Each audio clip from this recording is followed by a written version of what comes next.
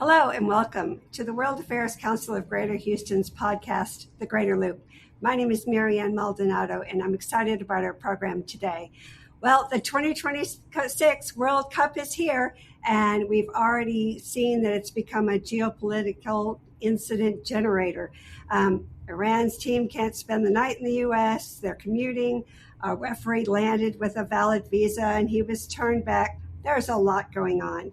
So today we are going to have a conversation with someone who knows a lot about this topic, Kristian Coates Ulrichsen. He is a fellow of the Middle East Institute at Rice University's Baker Institute of Public Policy. Kristian, welcome.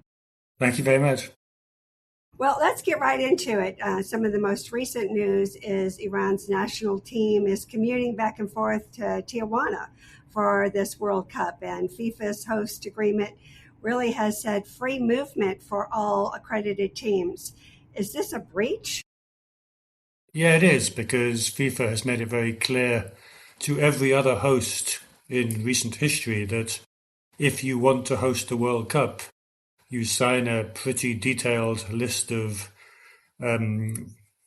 issues that commit you to hosting all the nations on an equal basis, to guaranteeing the entry of the teams plus support staff for those teams.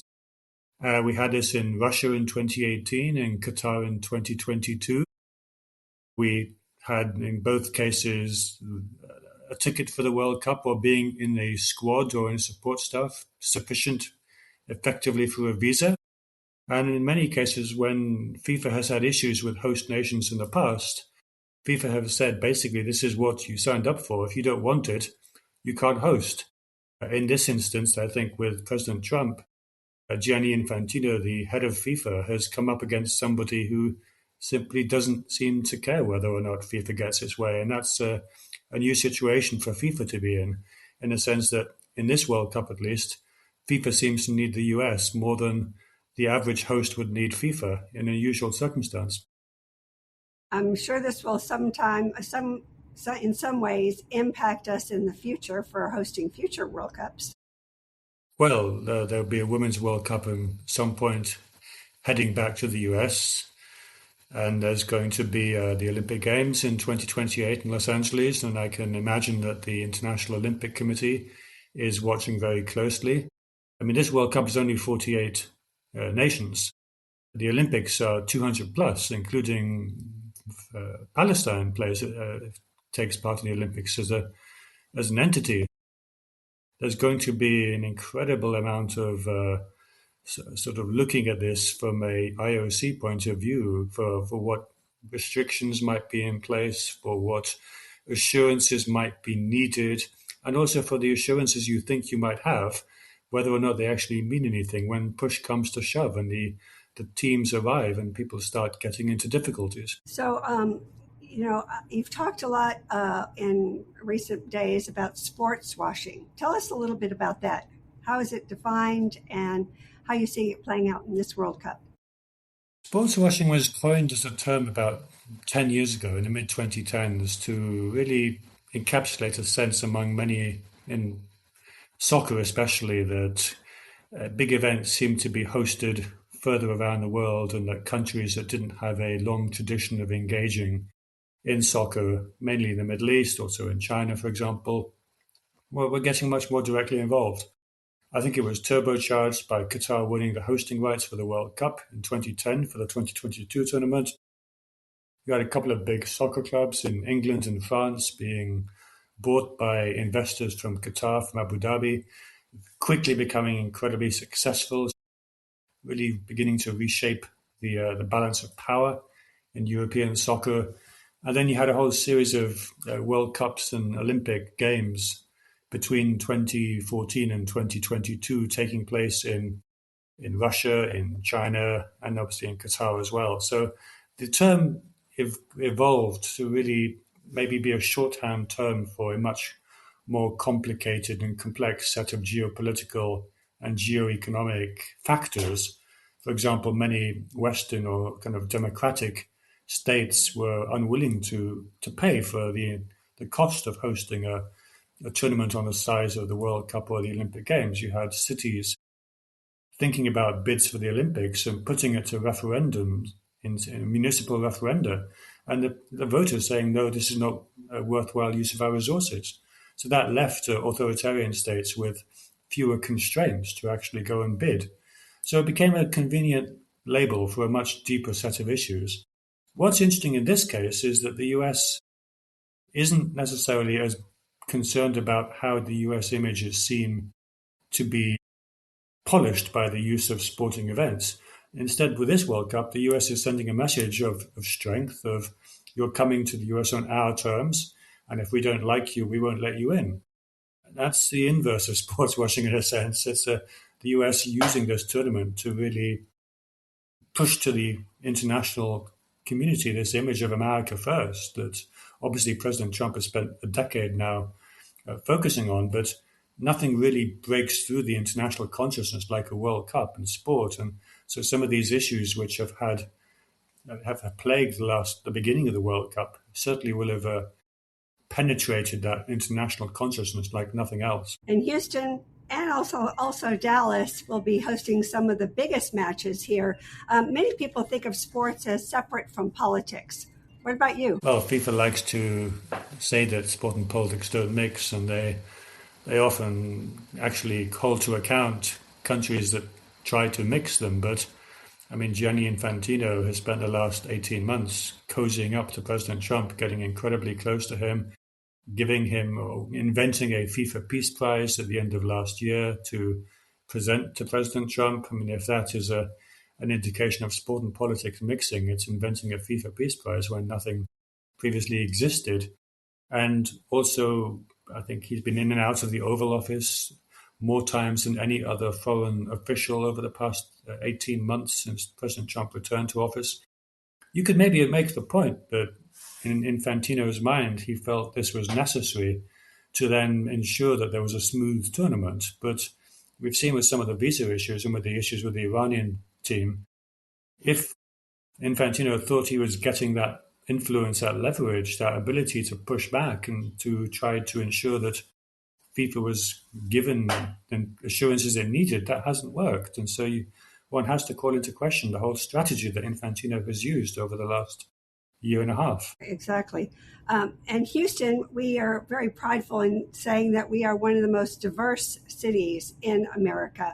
And yet, a lot is going on around this. What unique challenges do you see hosting an event of this size, maybe in Houston, presents? Well, I think, first of all, this is the first World Cup with 48 nations taking part. It's been expanded from 32 teams. It's the first World Cup with 3 host nations. We've only ever had one World Cup before that was even had 2 hosts, and that was 2002 in Japan and South Korea. We've had tensions between the 3 nations. The US has had issues with Canada and with Mexico over tariffs, Trump's threats to annex Canada, to launch security operations into Mexico. So there's been a lot of geopolitical tensions. And then obviously for a city like Houston, which is so international, so diverse, I mean, there's been a lot of concern so far, which we haven't necessarily seen in reality yet, about ICE presence around the games, about the fact that you'll have vulnerable communities, people that might be targeted who are going to want to go to the games, including diaspora communities here in the US. Congo was playing in Houston a couple of days ago with Portugal.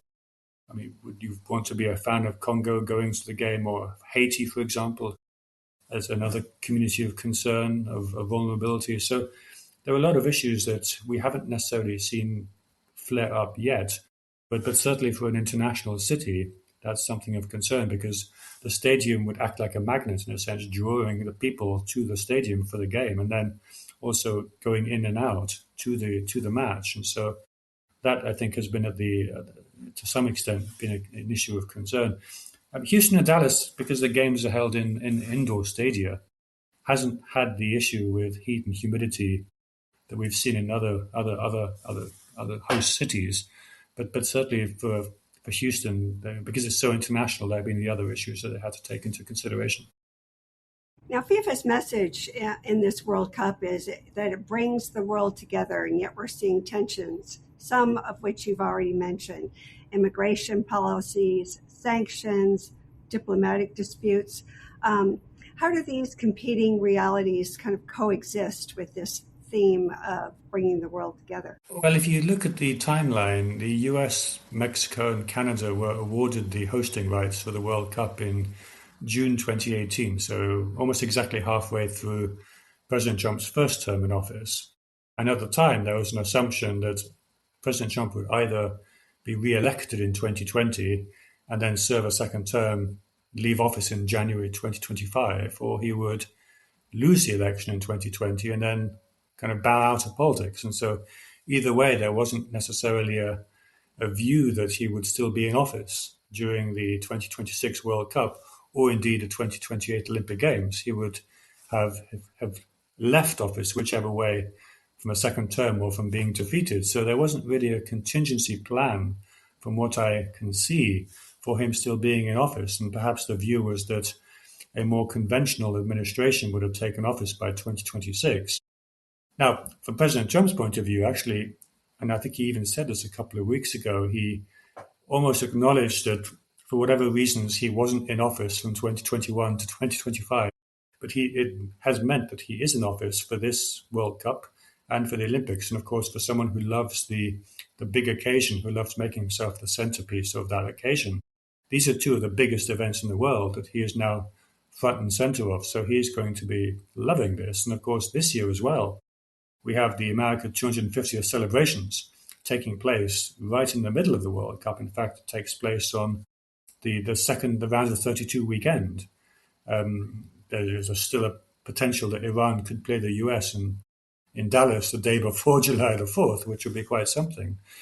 It looks like it might not happen. But again, there's just been this whole series of anniversaries and events that have come together for President Trump to be front and center of. So you see this kind of divergence. On the one hand, he's using the World Cup to showcase the America first, that you're here on our terms. And there's a very unequal policy of allowing people from certain nations in and not allowing people from other nations. But on the other hand, he definitely wants his World Cup to succeed because, if nothing else, he's a very visual person. He knows he's very performative. He knows what looks good, and he won't want it to be seen to be a failure. Would you consider this a sporting event or a diplomatic event?